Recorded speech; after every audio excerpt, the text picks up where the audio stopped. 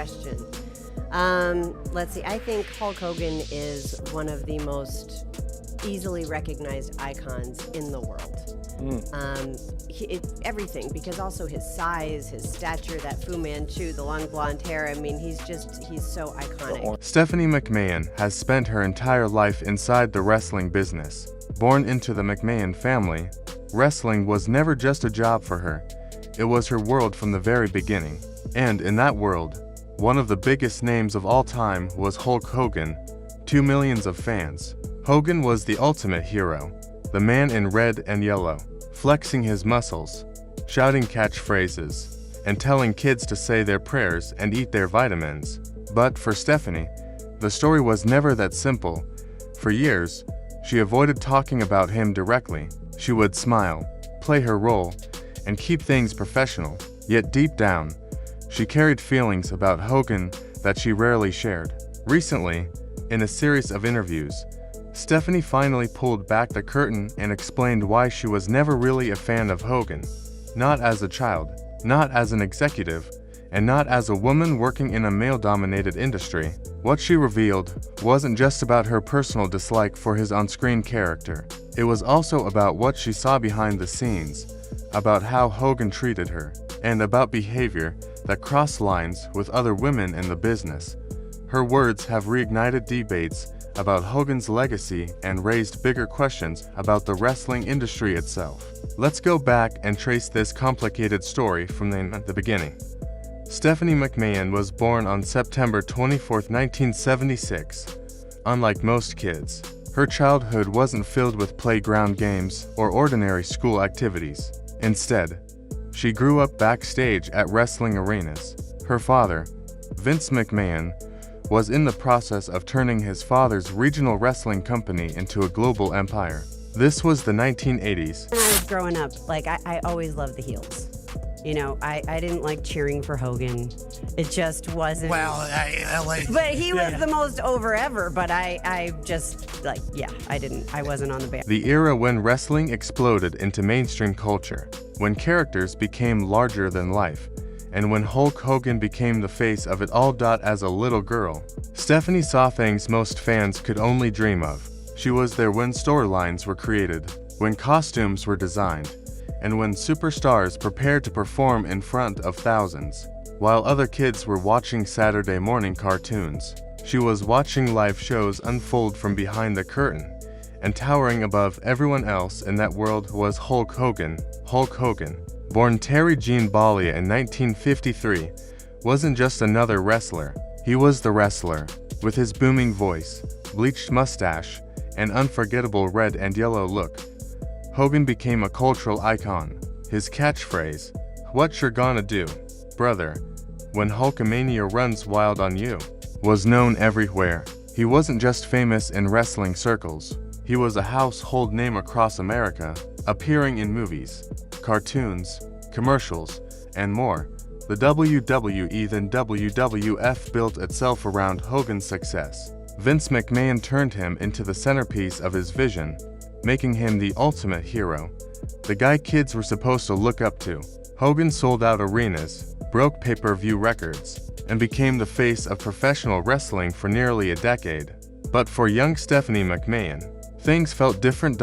Despite her family's company relying on Hogan, despite her father presenting him as the ultimate hero, and despite her even modeling his merchandise as a child, Stephanie secretly couldn't stand cheering for him.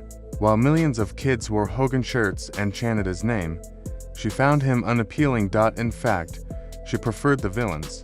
To her, Hogan's clean-cut, vitamin-pushing image felt too simple and too forced. She liked the bad guys, the ones with more edge, more layers, more mystery. She admitted that she rolled her eyes at Hogan's speeches while other kids were imitating him. This confession stayed hidden for years. But when she grew older and started talking about her career, she finally let the truth slip. She was never a Hulka maniac. As Stephanie grew up, she didn't just stay behind the scenes. She became an active part of the business. By the early 2000s, she was both an on-screen character and a real-life executive with influence over storylines, contracts, and creative direction. Ironically, One of her biggest tasks as an executive was helping bring Hulk Hogan back to WWE in 2002. He had been gone for nearly a decade. This created dramatic storylines, including Hogan clashing with her father, Vince. Stephanie herself even played roles where she interacted with Hogan on screen, often using her position to stir tension with Vince. But behind the scenes, things weren't always smooth. Hogan reportedly didn't like some of Stephanie's creative ideas and tried to get her removed as SmackDown's general manager. Stephanie confronted him directly, and the two had a heated exchange. In the end, Hogan backed down. That moment showed two important things: Hogan's infamous ego and political maneuvering, and Stephanie's determination not to be pushed around, even by wrestling's biggest star. Stephanie didn't stop at private disagreements. Over the years, she publicly criticized Hogan in ways that shocked fans. During a 2008 congressional hearing about steroids in wrestling, she bluntly said, "Hulk Hogan was a terrible wrestler, and he still is." She explained that Hogan didn't need technical skills to succeed. He had charisma, a look, and a connection with the crowd. But in terms of wrestling ability, she thought he was extremely limited. It wasn't just an insult. It was her honest assessment of what made him successful and what he lacked. Yet, despite this harsh criticism, Stephanie still worked with Hogan professionally when needed. She praised him during certain WWE charity events, posed for photos, and promoted projects with him. For example, in 2014, she shared moments from campaigns they worked on together, including breast cancer awareness events. But when Hogan's racism scandal broke in 2015, Stephanie went silent. She never publicly condemned him, but she also stopped mentioning him at all. That silence spoke volumes. Stephanie's dislike for Hogan wasn't just about his wrestling ability or his personality. It also connected to what she saw or heard about how Hogan treated women over the years. Hogan's life was filled with controversies involving female wrestlers, his wife, and even women outside the industry. Some examples included Miss Elizabeth. Hogan's close friendship with Elizabeth, the wife of Macho Man Randy Savage, fueled jealousy and suspicion. Savage accused Hogan of overstepping boundaries with her, leading to explosive fights backstage. Linda Hogan, Hogan's ex-wife, accused him of physical and emotional abuse during their marriage, describing frightening incidents in her memoir, The Hotel Allegation. In the mid-1990s, a woman accused Hogan of assaulting her in a hotel room. Though the case was settled out of court, it added to the cloud of accusations around him. The tape scandal. In 2012, a leaked adult tape not only embarrassed Hogan, but also revealed him using racist language, which led WWE to fire him in 2015. These incidents created a pattern. Hogan often appeared to use his fame and power in troubling ways. For Stephanie, who was watching all of this unfold, it only deepened her dislike and distrust of him.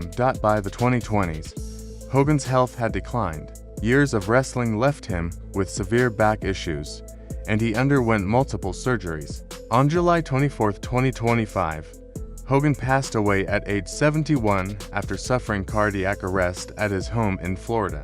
His death came just a month after a major spinal surgery. The news shocked the wrestling world.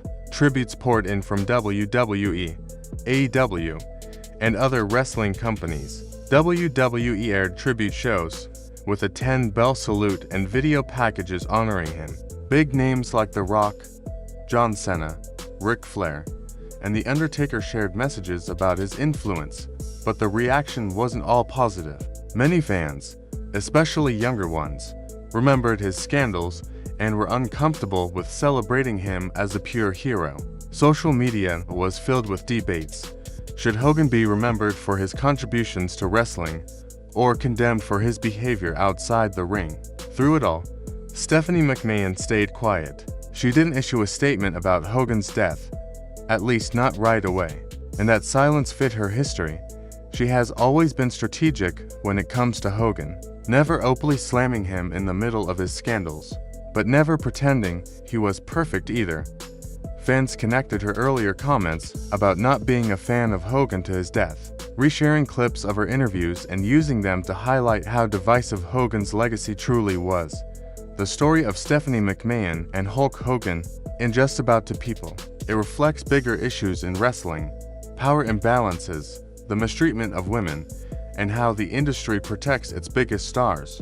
Hogan was given more freedom, protection, and opportunities than most, while others who crossed him, or who accused him, were often sidelined. At the same time, Stephanie represents a different side of the industry. She grew up watching the old system, but as an executive, she pushed for changes, especially for women.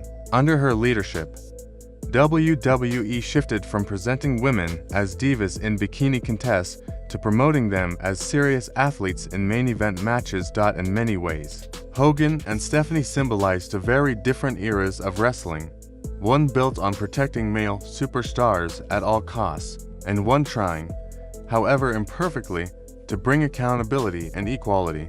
Hulk Hogan's death forces fans and the industry to reflect on complicated questions. Can you separate the performer from the person? Can you honor someone's contributions while also holding them accountable for harmful actions? Should nostalgia excuse bad behavior?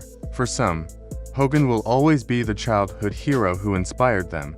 For others, he will always be a flawed figure who represented the worst of wrestling's old culture. For Stephanie McMahon, the truth has always been clear. She never saw Hogan as a hero, not when she was a kid, not when she was an executive, and not even after his death. Her honesty cuts through decades of myth-making and forces fans to see Hogan in a fuller, more complicated light. And maybe that's the most important lesson of all. Wrestling, like life, is never as simple as good guys versus bad guys.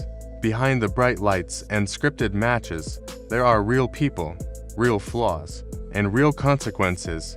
When you step back and look at the relationship between Stephanie McMahon and Hulk Hogan, it's more than just a story about the people in wrestling. It's about how the industry itself has changed, and how it still struggles with the same issues today. Hogan was the face of an era where one man's star power could outweigh almost anything, even serious controversies. He was the childhood hero for millions, but behind the curtain, his actions and behavior told a different story. Stephanie grew up around that. She saw it all, and while the world cheered for Hulkamania, she quietly rejected it. Her honesty decades later is just about taking a shot at Hogan. It's about exposing the reality that wrestling heroes aren't always what they seem. It's about showing fans that even the biggest legends have flaws, and sometimes, those flaws run deep. Hogan's legacy will always be complicated. To some, he'll remain an icon. To others, he'll be remembered for scandals that tarnished everything he built. And maybe that's the real lesson here. You can respect the impact someone had without ignoring the harm they caused. Stephanie McMahon's words remind us that the business isn't just scripted drama. It's real lives, real struggles, and real consequences. So as fans, the question we're left with is this: how should Hulk Hogan be remembered? As the hero who carried wrestling into the mainstream, or as the man whose personal choices left a shadow over his legacy? The truth, as always, lies somewhere in between, and it's up to each of us to decide which part of that story we carry forward.